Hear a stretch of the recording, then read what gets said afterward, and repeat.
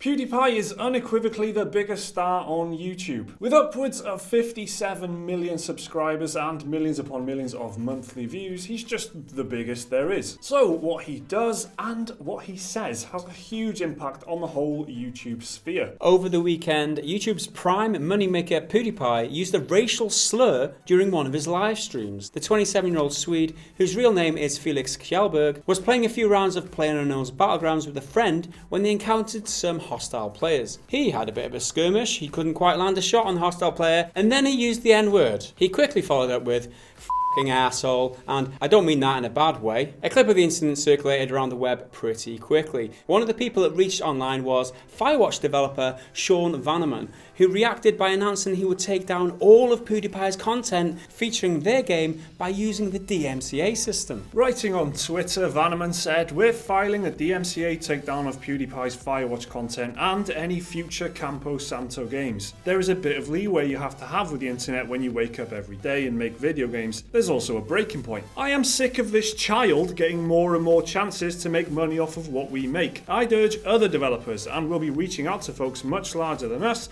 to cut him off from the content that has made him a millionaire. Furthermore, we are complicit. I'm sure we've made money off the 5.7 million views that video has, and that's something for us to think about." So what is a DMCA takedown? Well, if you haven't heard your favourite YouTubers complaining about this thing already, it's the Digital Millennium Copyright Act. It's a tool that's there for people to protect their copyrighted content online, no matter what it is. DMCAs are supposed to be for removing pirated content from the internet when copyrighted content is used without the permission of the copyright holder. But some disgruntled folk have, in the past, abused the system to remove content they disapprove of. Total Biscuit, Jim Sterling, and H3H3 have all been hit by a DMCA notice at some point in their YouTube careers, for example by companies and people who didn't like their criticism. So this DMCA thing is a touchy subject. A lot of people are abusing it. It's really threatening to YouTubers because if you get 3 DMCA strikes, your channel could be removed from YouTube. Now, in this case, is this an illegal use of the DMCA system or not? That's the question. Yeah, I mean, the guy's main argument, the Vanneman's main argument, is the fact that his game's association with PewDiePie is kind of damaging to his image and his work, I guess, and he doesn't want those ties there because it could be seen as damaging. So that's like his main point, and he obviously disagrees with what PewDiePie is saying, and that's why he thinks that image will be damaging. Part of the fair use guidelines, as it were, is that the content that is produced is damaging to you, right? But he can't argue that it's been damaging when he's made loads of sales off the game, because 5.7 million people watched PewDiePie's Firewatch playthrough, so he's obviously made some money off this game. Yeah. So does it qualify as breach of copyright, or does it fall under fair use because he's profited from it? The top tweet is that they're going to be filing the DMCA thing, and then there's a series of tweets underneath that just kind of explain his feelings about the whole situation, his feelings towards PewDiePie specifically, which aren't good, incidentally. He's then said right at the end that, you know, he needs to take a long hard look at himself as well because he's made money off that 5.7 million, and that's kind of, I guess that's a bit of a tool as well in his appeal to everyone else. Like, you know, we should all be thinking about what we're doing a lot more. In terms of letting people use our gameplay, I guess, is what he's saying. Which is a huge question, and it has huge ramifications, as always with PewDiePie. It has huge ramifications on everyone else on YouTube. A few astute Twitter users. Can't say that, can I? I'll try that again. You can if you want. Twitter users. Probably more accurate. A few astute Twitter users did actually point out that on Firewatch's own website, on Santo Campo's FAQ, they welcome streamers, and it says that they welcome people to make money off their games and their content on likes of YouTube and stuff. So does this kind of undermine what he's trying to do here with the DMCA? The fact that they've said that already, kind of, yeah. It's a bit of a legal grey area. Is it already like giving him permission legally or not? Back in February, PewDiePie had to defend himself over anti-Semitism allegations for making a video where he used the website Fiverr. It's a website that pretty much allows you to pay anyone to do anything for as little as a $5. He paid 2 people to hold up a sign which read, "Death to all Jews." Funny, I know. I might have to cut that bit out. They might think I'm being serious. That wasn't funny at all. As they held the sign, they also advertised viewers to subscribe to Keemstar because he hates Keemstar. That's the joke there. Good joke. That's why that one's funny as well. Because is it a joke? Is it a good joke? Better than the first one. on the PewDiePie scale of jokes. That's pretty fucking good, that. Well done. PewDiePie said this was a joke that evidently went too far and he apologised for offending people. But the incident had a monumental impact on YouTube creators. After the incident, PewDiePie was dropped by his network Maker Studios and YouTube cancelled the second season of his original show, Scare PewDiePie, that we were all upset about. I was devoed. That first season. We all watched the first season.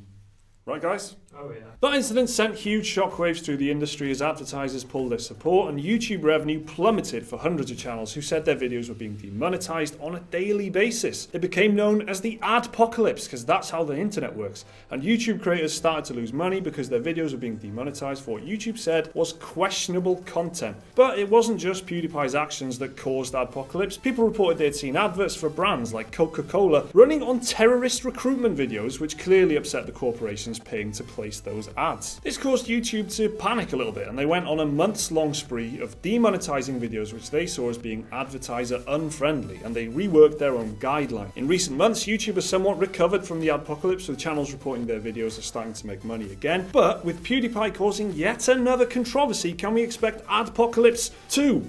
The devpocalypse. Devpocalypse sounds like a wrestler or something. PewDiePie needs to wake up and realise that he has 57 million subscribers and that his main audience is kids, and that everything he does has an effect on not just his business and his millions and millions of dollars, but a whole industry. He's he's at the top of this huge industry, and he's got so much responsibility. As he needs to be careful. Be careful. YouTube spent months repairing the damage that he did 3 months ago. Yeah. With all this, the racial thing and the holding up death to all Jews and all that. They spent 3 months trying to get the advertisers back on board. During that 3 months, so many YouTube creators saw a dip in revenue just because of PewDiePie. Yeah. You'd have thought he'd have learned his lesson and realised how much of a microscope he's under. Like, the world over, his actions, like you said, have ramifications for everybody. Us, for you viewers as well. Your favourite content creators might go out of pocket, might not be able to sustain their productions anymore because of PewDiePie saying something racist. At the time of recording, we haven't had anything from YouTube themselves. We haven't had anything from PewDiePie. They're all quiet on that front at the moment, and I'm sure they hopefully are formulating some kind of response to this that will address it. Specifically YouTube in particular, because the fact that they didn't respond properly and in time with the shit that PewDiePie was doing a while ago, that is what kind of caused the whole apocalypse in the first place. Like, their slow response and reaction to it was bad, and that kind of kick-started the whole thing. So this time, they really got to be on the ball, and so does PewDiePie.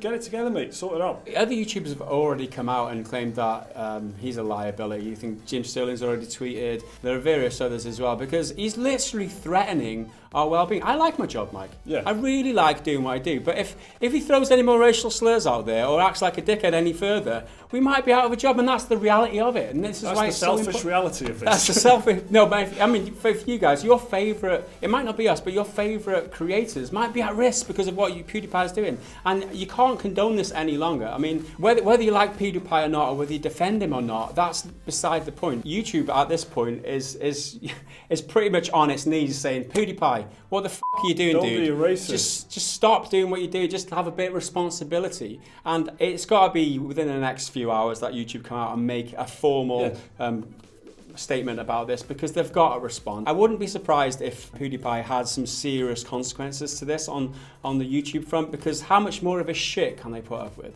Okay, so Adpocalypse Volume 2 might be around the corner. How do you think YouTube should respond to all this? How should PewDiePie respond to this? Let us know down in the comments. Remember to like the video if you enjoyed it, subscribe if you want to see more stuff like this every single day. Another video right there which you could watch right now, and there's a link to Patreon if you want to support the channel.